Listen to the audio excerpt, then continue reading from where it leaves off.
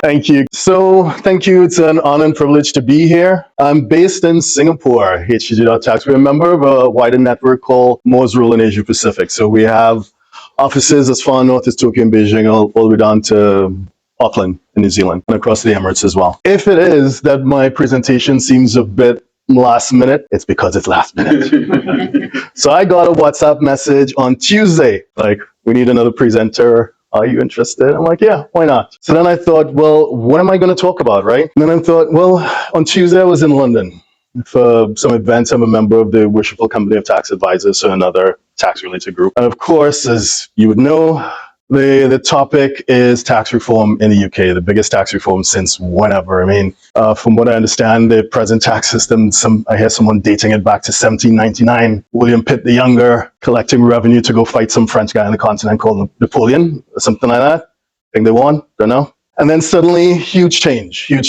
So that much is clear, but a lot of the narrative around it has been around millionaire flight. There's this narrative that says, huge change, all the wealthy people are going to pack up and run away. And to support this narrative, there have been a number of studies that have been bandied around. And I say studies in air quotes because I'm going to qualify that. So let's look at the study. But this is one of the more high-profile ones. It's done by a team called Henley Partners, which I'll comment on later on. But the point is, it purports to show net millionaire migration. So basically, you look at the inflow of millionaires and you balance it with the outflow and you get in that position, right? So the top three in terms of net inflows of millionaires are, according to them, UAE, US, Italy. And we can go down the list. Greece plus 1,200. Then you have Malta plus 500. Cyprus plus 250. Then we continue going down. Mauritius plus 100.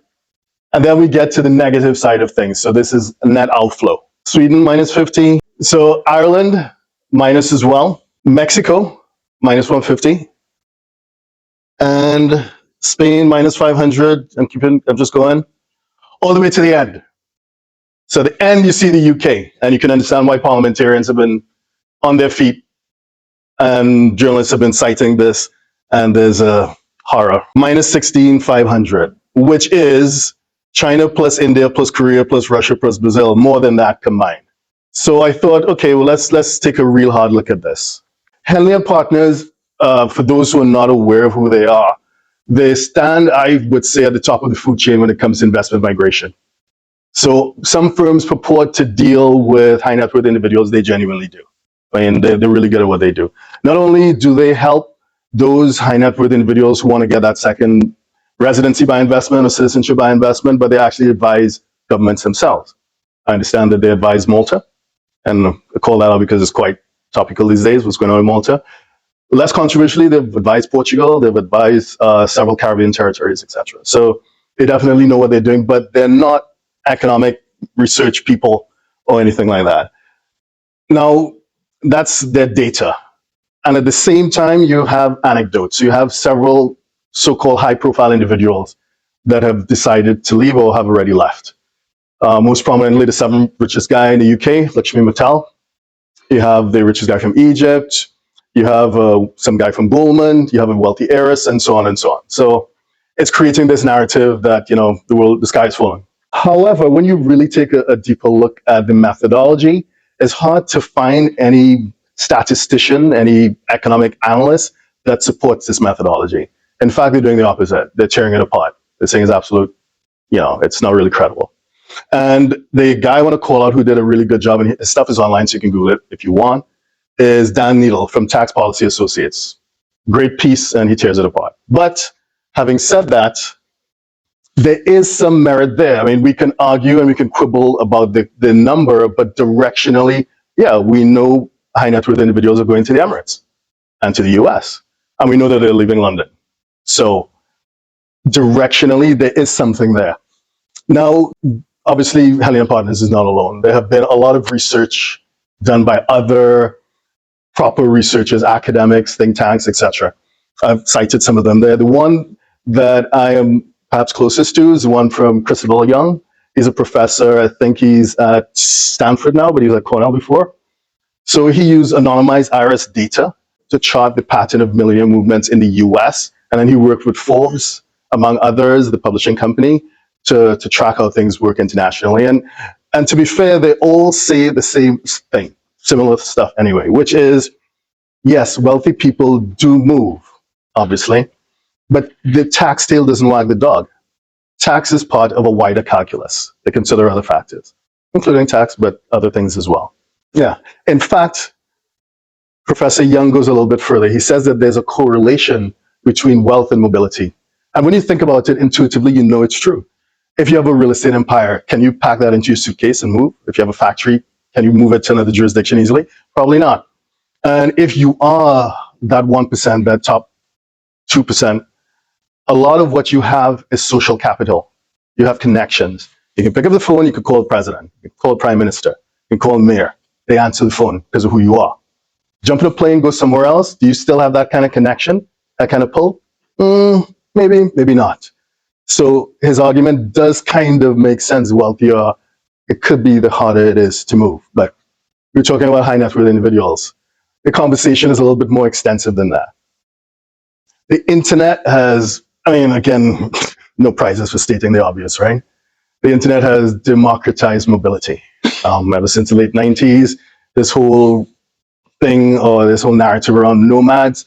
And then, of course, we had COVID, and that fast-tracked everything in terms of remote work. I'm up 2, 3 o'clock this morning. As far as my clients in Singapore know, I'm doing Zoom calls, I'm answering their emails, I'm in Singapore. They don't need to know where I am. It doesn't really matter, does it? And so it's not just about high net worth individuals. It's about regular people now that have access to CBI, citizenship by investment, RBI, residence by investment as well. I spend most of my time, I'm focused on Singapore, but I spend a fair bit of my time in the Emirates, in Portugal, London, and Miami. And that is not unusual. You know, lots of people in this room do. Lots of people in this room have more than one passport. Lots of people in this room have more than one residency. That's pretty normal, right? It's accessible. I'm going to put up 2 more charts really quickly before I get to the end. So again, dispel this narrative that it's all about the tax tail wagging the dog. This one is tracking millionaire hotspots. The previous one was movement. This one is concentration of millionaires as defined by those with investable assets over $1 million, right?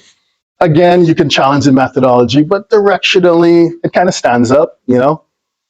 Number 1 and number 2, New York and the Bay Area. Again, in the US, for those who know the US, California state and New York state are probably the 2 states with the highest state income tax. So they're not exactly a low tax state.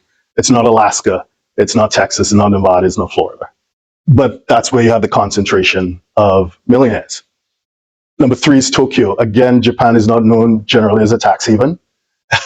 And of course, the inheritance tax is draconian, but it's number 3. So when you look at the top 10, really it's number 4, Singapore, number 8, Hong Kong. But the rest are relatively high tax jurisdictions. And as you look through the top 25, nearly 1/3 of them are in the US, which is not necessarily known as a tax haven if you're a tax resident there, obviously. So next one, and the last one is, and to kind of add to that, I'm replacing the M in millionaire with B, billionaires, right? So again, concentration, number 1, New York, number 2, London. So number 7 will be a so-called tax haven, which is Hong Kong. So again, not exactly what the mainstream narrative, at least what certain members of the press and politicians would want to advocate. So what's my point? 3 things. 1, mobility is real for those with access to resources and those who kind of middle class. You know, it's a real thing. But it's a lot more complex than just tax. You know, we deal with a lot of clients moving into Europe from the US, and I always tell them, you know, soon I'll be welcoming you to one of the most highly taxed and regulated jurisdictions on planet Earth. And then I pass them to Ricky if they want to go to Spain. But they're willing to do it because they know they're purchasing a quality of life. And for them, they do the math and it makes sense to them. Global trust levels are on decline. I kind of disagree slightly with the picture painted by the professor this morning. Way too optimistic. Or perhaps I'm a pessimist, I don't know. But I travel around the world and I see the same thing. This, where we are right now, and there's an article in the World Economic Forum over the summer on their website that really breaks it down. Global trust levels are at an all-time low, arguably. So we don't trust each other. Governments don't trust their citizens. Citizens certainly don't trust their governments. But in the past few weeks, couple months, there have been protests all over the world. I mean, from Jakarta, Indonesia, and the government fell in Nepal, Bangladesh, Pakistan, to East Africa, Spain, London. Seems like, there's something going on. We could analyze the factors, whether it be corrupt politicians with Rolexes in France or increases in the cost of living, economic distress, whatever. But there's a higher level of distress. So what does that mean? From our point of view as tax practitioners, governments, increasing surveillance, exchange upon request, automatic exchange of information. They want to extract as much as possible. They have balance sheets to balance and budget holes to fill. In terms of the governed, the taxpayers, many of whom we represent, obviously you can respond mobility, you can leave if you want to, you can go somewhere else. Some engage in tax evasion, obviously, and some just look for loopholes in legal tax avoidance and tax planning. And maybe some of us help them, maybe some of us don't. I see the third point I want to make is the rise of transnational living, and so happy to be part of the TTN, Transnational Tax Network, because that fits, right? There's a growing group of people who are disconnected from any one jurisdiction, or maybe they're residents in several jurisdictions, but they don't feel that pull, that connection. If they don't like the political outcome in the US, okay, I'm just going to spend some time in the UK. Maybe things will turn around, and then I'll go back, or maybe I'll just go in and out. So the point is, I want my options open. And for many people who do, for example, the Golden Visa in Portugal, quite a high percentage of them don't reside there, from what I can tell, permanently. But they enjoy the ability to pop in and out, to go and come as they please. They want that optionality. They want the option, put it in their back pocket. So that curated portfolio, for me, the first exposure I got to that was the early 2010s. And for you, probably, I know lots of you guys have been in practice a lot longer than me. But I was telling John about this last night. I was in two minds as to whether I was going to share it, but yeah, why not? Be a little bit salacious. So back in the early 2010s, I met someone, client, a small matter, and he just needed some advice on it. And, I thought nothing of it. We kept in touch, and he kept me appraised of what he's up to. And now this whole Jeffrey Epstein thing has blown up, and I saw that he was in Jeffrey Epstein's orbit. As far as I'm aware, he was not doing himself anything illegal or immoral, if you know what I mean. But he was at the levels, I guess, in terms of his wealth. Epstein was part of the circle that he kept. What intrigued me about him at that point in time is that, yes, he had a passport, but for him, passport was just a piece of paper, right? He was not resident anywhere. He would move from jurisdiction to jurisdiction as he pleased. I met him, he was staying in the Four Seasons in Singapore. He'd just come from Malaysia. Afterwards, he's just drifting around the world doing what he liked. He lived outside of the normal sphere of existence that we're familiar with. And for me, that was my first time. But since then, I've met others like that, tech entrepreneurs who got a decent exit from a company in the US. And they're sitting on enough money for generations. And they're just in a yacht going around the world, or they hop from jurisdiction to jurisdiction. It's a thing. It presents itself as an opportunity, obviously, for those of us in practice. And for me, most importantly, it shows the value of a network like those of us in this room from different parts of the world. Because then you're able to genuinely service their needs or be that helpful point of contact. Because if they have a question about Mexico, I know where to go.